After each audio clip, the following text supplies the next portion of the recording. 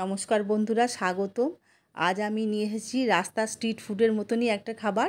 তার জন্য এই যে মটরের ডাল নিয়েছিলাম, মটরের ডাল ভিজিয়ে রেখেছিলাম। ভিজিয়ে এর মধ্যে কাঁচা লঙ্কা আর রসুন দিয়ে বেটে নিচ্ছি। এই মটর ডালটা বেটে ঠিক আধ বাটা করে বাটতে হবে, মিহি করে বাটলে হবে না। দেখুন, হাত দিয়ে আপনাদের দেখাচ্ছি, ঠিক এইরকমভাবে বাটতে হবে যেন দানা দানা থাকে। আর এদিকে আমি এই 3টে মতো বড় আলু নিয়েছি। আলুগুলো এরকম লম্বা লম্বা করে মোটা মোটা করে কেটে নিয়েছি। কেটে জল দিয়ে ধুয়ে একপাশে জল ঝরিয়ে রেখে দিয়েছি। এবার এর মধ্যে লবণ মাখিয়ে কিছুক্ষণের জন্য আমি রেখে দেবো, যাতে লবণটা আলুর ভেতরে ঢুকে যায়। এবার এক সাইডে লবণ মাখানো আলুটা রেখে দিয়ে আমি চাটনি তৈরি করছি। চাটনির জন্য পুদিনা পাতা, কাঁচা লঙ্কা, একটু আদা, যেহেতু আমি এটা নিরামিষ চাটনি বানাচ্ছি এই জন্য রসুন দিলাম না। আর দেবো হচ্ছে ধনে পাতা। ধনে পাতাগুলো খুব ভালো করে ধুয়ে নিয়েছি। ধুয়ে এবার ওই ডাঁটি সমেতই কেটে ধনে পাতাগুলো দিয়ে আমি চাটনি বানিয়ে নেব। এবার এর মধ্যে আমি পরিমাণ মতো লবণ দেব আর লেবুর রস দেব, দিয়ে ধনে পাতার চাটনিটা আমি বানাবো। মিক্সিতে ভালো করে মিহি করে বেটে নেব। আপনারা এর বদলে তেঁতুল দিতে পারেন। কাঁচা তেঁতুল দিলে অপূর্ব স্বাদ হয়। এখন তো কাঁচা তেঁতুলের সিজন না, যে জন্য কাঁচা তেঁতুল দিতে পারলাম না।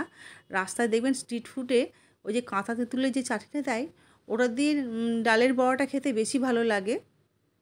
আমি লেবু দিয়ে বানালাম ধনেপাতা চাটনি। এই যে বেটে আমি এক সাইডে রেখে দিলাম।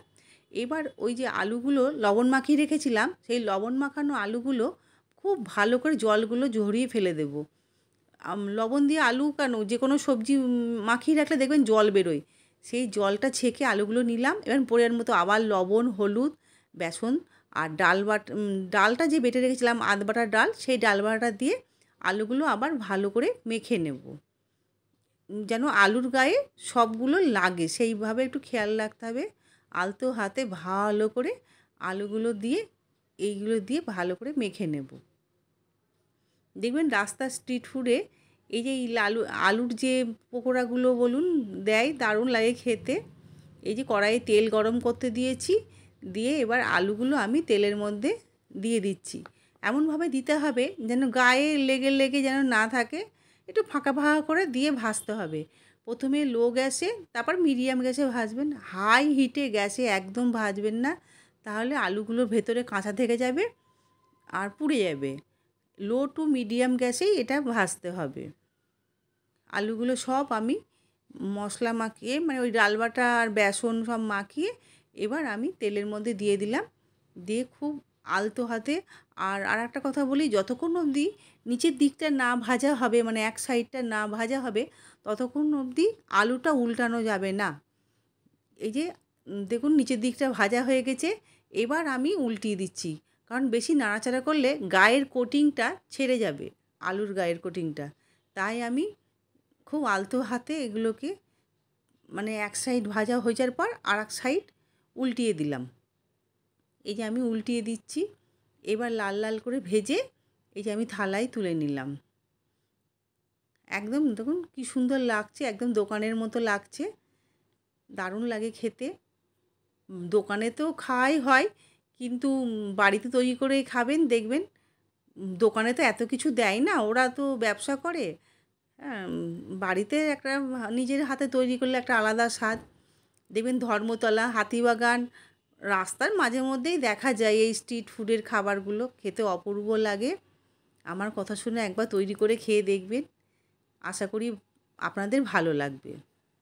বাকি আলুগুলোও ঠিক একই পদ্ধতিতে আমি আবার তেলের মধ্যে ভেজে নিচ্ছি। তেলের মধ্যে দিয়ে দিলাম, দিয়ে এগুলোকেও আমি খুব ভালো করে ভেজে নেব। আর ওই যে ডালটা বেটে রেখেছিলাম, হাফ বাটা ডালটা, তার মধ্যে পরিমাণ মতো হলুদ, লবণ, 1 চিমটে হিং আর ধনেপাতা কুচি, ধনেপাতাগুলো কুচি রেখেছিলাম। আপনারা এটা অপশনাল, দিতেও পারেন নাও দিতে পারেন। ধনেপাতা দিলে একটু বেশি ভালো লাগে খেতে। আমি আমার মন অনুসারে দিয়েছি। দিয়ে খুব ভালো করে মেখে নেব। মেখে একটু ফাটিয়ে নেব। ফাটিয়ে নিলে কী হবে, ডাল বড়াটা খেতে বেশি ভালো হবে। এই যে ফাটিয়ে এবার তেল গরম হয়ে গেছে, সেই তেলের মধ্যেই আবার দিয়ে দিচ্ছি। এই ডাল বড়াটাও তাই, লো টু মিডিয়াম গ্যাসে ভাজতে হবে, জোরে গ্যাস দিলে হবে না। নতুন বন্ধুদের উদ্দেশ্যে বলছি, আমার রেসিপি যদি তোমাদের পছন্দ হয় প্লিজ আমার চ্যানেলটি ইউটিউব থেকে যদি দেখো তাহলে চ্যানেলটি সাবস্ক্রাইব করে পাশের বেল আইকনটা প্রেস করে দিবে, তাহলে নিত্য নতুন রেসিপিটা তোমাদের কাছে পৌঁছে যাবে। আর ফেসবুক থেকে দেখলে আমার চ্যানেলটি ফলো করবে। এই ডাল বড়াগুলো সব তেলের মধ্যে দিয়ে দিয়েছি, দেখুন এক পিঠ ভাজা হয়ে গেছে।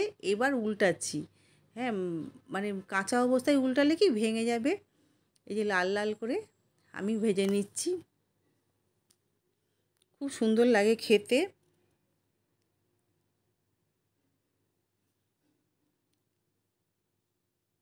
খুব সাবধানে উল্টাতে হবে, না তো ভেঙে যাওয়ার ভয় থাকবে। আমার মতো তোমরা কারা কারা রাস্তায় গিয়ে স্ট্রিট ফুড পছন্দ করো খেতে? আমার তো খুবই ভালো লাগে, যখনই রাস্তায় বেরোই দেখতে পেলেই এগুলো কিনে খাই, খুব ভালো লাগে খেতে। আর ওই যে চাটনিটা দেয় না, চাটনির মধ্যে ঠেকে খেতে অপূর্ব লাগে খেতে। তাই দেখে ওদের কাছ থেকেই জেনে নিয়েছিলাম যে কীভাবে ওরা বানায়, সেই শুনেই আমি বাড়িতে এই রেসিপিটা ট্রাই করলাম। আশা করি তোমাদের পছন্দ হবে। তোমরাও নিশ্চয়ই আমার মতো এরকম বাড়িতে নিশ্চয়ই ট্রাই করো। এই যে আমি ধনেপাতা চাটনি আর এটা একটা অন্যরকম চাটনি আমি বানিয়েছিলাম, তার সাথে এই যে ডালের পকোড়ার সাথে এবার পরিবেশন করব। দেখুন কি সুন্দর হয়েছে, একদম দোকানের মতো, দেখুন দারুণ লাগে খেতে।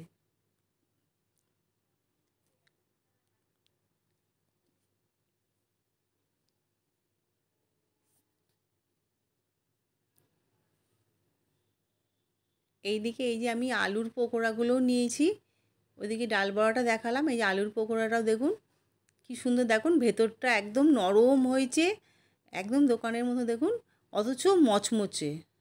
এই ধনেপাতা চাটনিতে খাচ্ছি। নতুন নতুন ভিডিওর জন্য দেখা হবে পরের ভিডিওতে, ততক্ষণের জন্য নমস্কার।